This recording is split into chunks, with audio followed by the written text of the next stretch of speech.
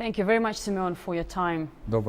Good day, thanks for inviting me. The EU and US adopted new sets of unilateral sanctions targeting Iran's foreign trade, banks and insurance companies and energy sectors. Russia has expressed its strong opposition. What move do you think, Simeon, could satisfy Russia? Firstly, to support the list of sanctions approved by the UN, and secondly, for Iran to have a more transparent nuclear program. Of course, Russia definitely doesn't want Iran to have nuclear weapons. Objectively, there isn't enough transparency in many aspects on their part. This was one of the reasons that Russia supported UN sanctions. But they expanded these sanctions, prohibiting supplies of fuels and lubricants to Iran. I believe it was a wrong move in relation to our country. We've been worried about recent talks on possible attacks on Iran or a war with Iran. This is a serious problem. We can't ignore the fact that they're trying to destabilize the situation, not only by economic sanctions, but by ethical means as well. Iran is a multi-ethnic, 70 million people country. A destabilization attempt is rather dangerous. Great Britain and US say within a year they'll start withdrawing their troops from Afghanistan, despite almost daily reports of attacks there and an increasing number of victims in this country. How do you think, is Karzai's government able to control the situation without foreign military support? It's obvious that Karzai's administration is a puppet government managed by occupation forces.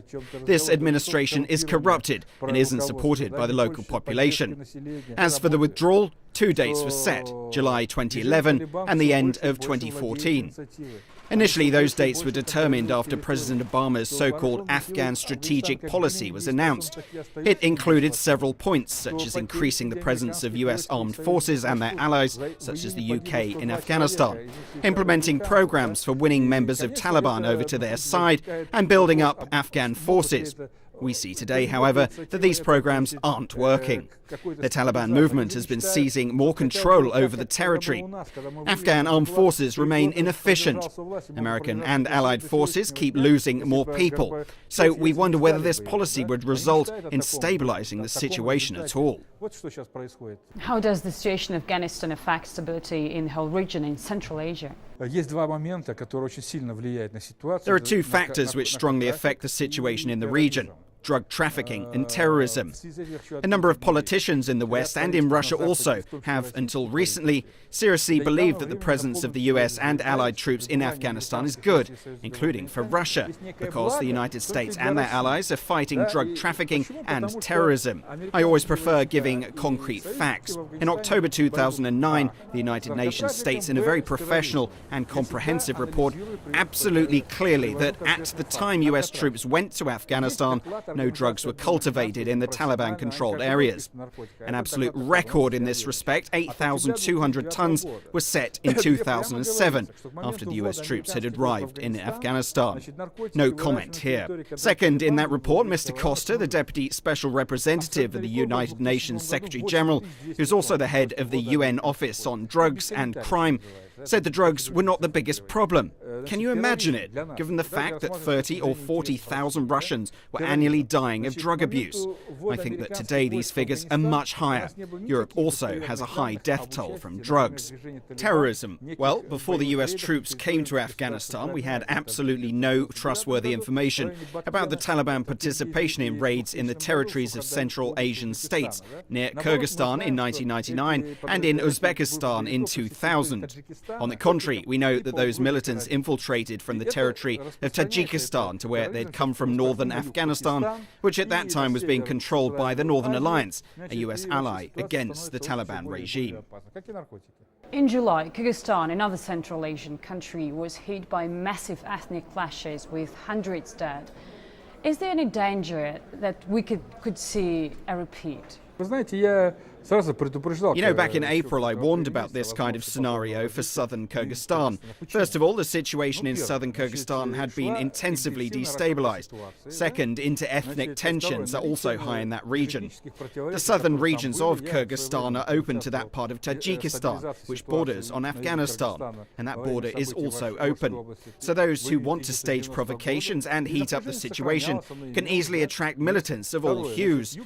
So there were all preconditions for the outbreak of violence. But the world community was pretty much passive. Now we're talking about a death toll of 2,000 and a huge number of injured. 70% of Osh houses have been destroyed. The worst is that the preconditions for further tension remain. They haven't vanished. The inter-ethnic tension remains. And still, there are people interested in kindling ethnic tension. These preconditions should be eliminated. Now, there are plans to send 52 OSCE policemen to Kyrgyzstan, who are supposed to do something there. But what can 52 unarmed men do? Kyrgyzstan is not Kosovo. If anything happens to these OSCE policemen, orders will be given to bring in armed units to Kyrgyzstan. Who's going to send military units there? Of course, it's NATO. There's a US military base in Manas, a French airbase in Dushanbe, a 154,000 NATO military contingent in Afghanistan. What's the problem? If that happens, we will witness a very interesting situation that will resemble the one in Kosovo. By the way, at the end of last year, the US Senate held hearings on the situation in Central Asia. Clause 5 of that report described Kyrgyzstan as a failed state, which might disintegrate. And the threat of active Western interference, according to the Kosovo scenario, is realistic. But many in Kyrgyzstan don't want that to happen. They would gladly welcome Russian troops and meet them with bread and salt, but in no way the Western ones. This is a very serious contradiction, which may lead to serious consequences. Just days ago, thousands of secret Pentagon military documents were leaked to the public. Why it happened, do you think? Obviously, there are political groups who raise the question of the ineffectiveness of US troops, intelligence and other services in Afghanistan. And right now, they're deliberately dwelling on the war in Afghanistan in detail to explain that it's useless. They've spent over $400 billion. One American soldier costs $1 million a year. So they spend $100 billion directly on soldiers, apart from other expenses which are high as well. And the result is actually nothing. That's why they start raising such questions and giving publicity to various documents relating to the issue.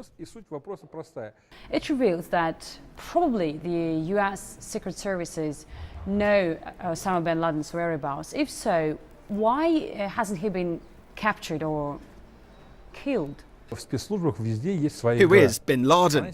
He's a person who knows a lot. He closely worked together with the CIA, with Saudi Arabian intelligence.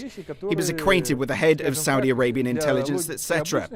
He has great knowledge of many contacts. Pakistan interagency intelligence closely works with the US intelligence. It might be so that somebody is interested in his presence in a certain place. Americans say that they fight against Al-Qaeda in Pakistan and Afghanistan. But the UN reports that in Afghanistan, there are less than 300 al-Qaeda members in comparison with the 154,000 armed US personnel. And according to our information, there are no more than 100 people, perhaps even less. You understand what this means when there are 100 or 300 terrorists against a 154,000 army. But the symbol should remain. Otherwise, there's a question. What are they doing there? One of this year's major political global events was signing of a new START treaty between Russia and the US.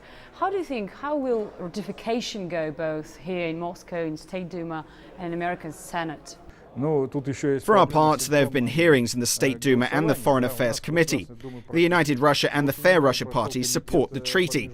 The Liberal Democratic Party is against it. They have a weak argument, but it's their choice. The communists are in doubt and tend to be against it too. But all the same, we're gathering votes. But in the end, it depends on the outcome in America. Of course, there are opponents of this treaty who are sure that it does not comply with US interests. Let's now turn to another part of the planet, North Korea, which condemned joint exercises between US and South Korean military forces and has threatened to respond. How do you think, how dangerous is the situation on the Korean peninsula? North Korea would have been destroyed long ago if they did not have 10 or 12 warheads. Nobody knows whether they have them or not for sure, but it's enough for military containment for both South Korea and America. That's why they're holding the exercise there. I know little about the North Korean regime, but I definitely know that it's very archaic and dangerous. It's a sort of mixture of the Middle Ages with a pseudo-Marxist slogans.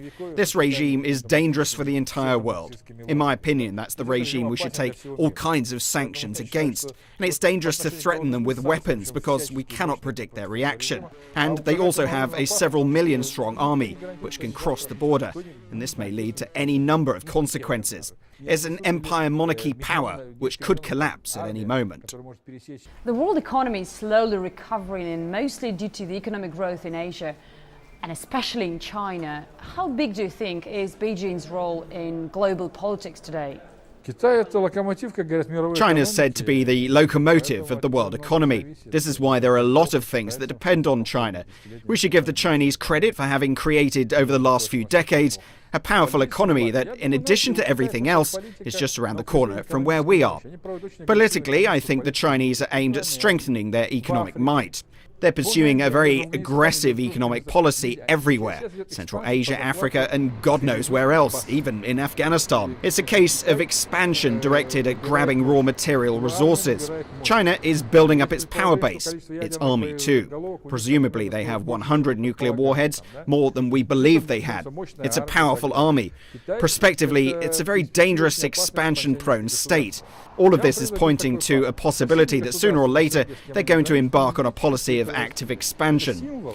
It's dangerous for us too. We say that China is our strategic partner, and it is one. But in relation to that partner, we should also have powerful armed forces of our own, a powerful economy, and be ready for a show of strength too. And the question many Russians and Europeans are worrying about, how real are the chances of a visa-free regime between the two? I think that the EU is concerned over us having a visa-free regime with certain Central Asian states, where drugs and a terrorist threat come from. This is why the Europeans are wary, but basically we should, of course, seek a visa-free regime. It's realistic, but how realistic in the short term is anyone's guess. Thank you very much, Simon, for talking to us.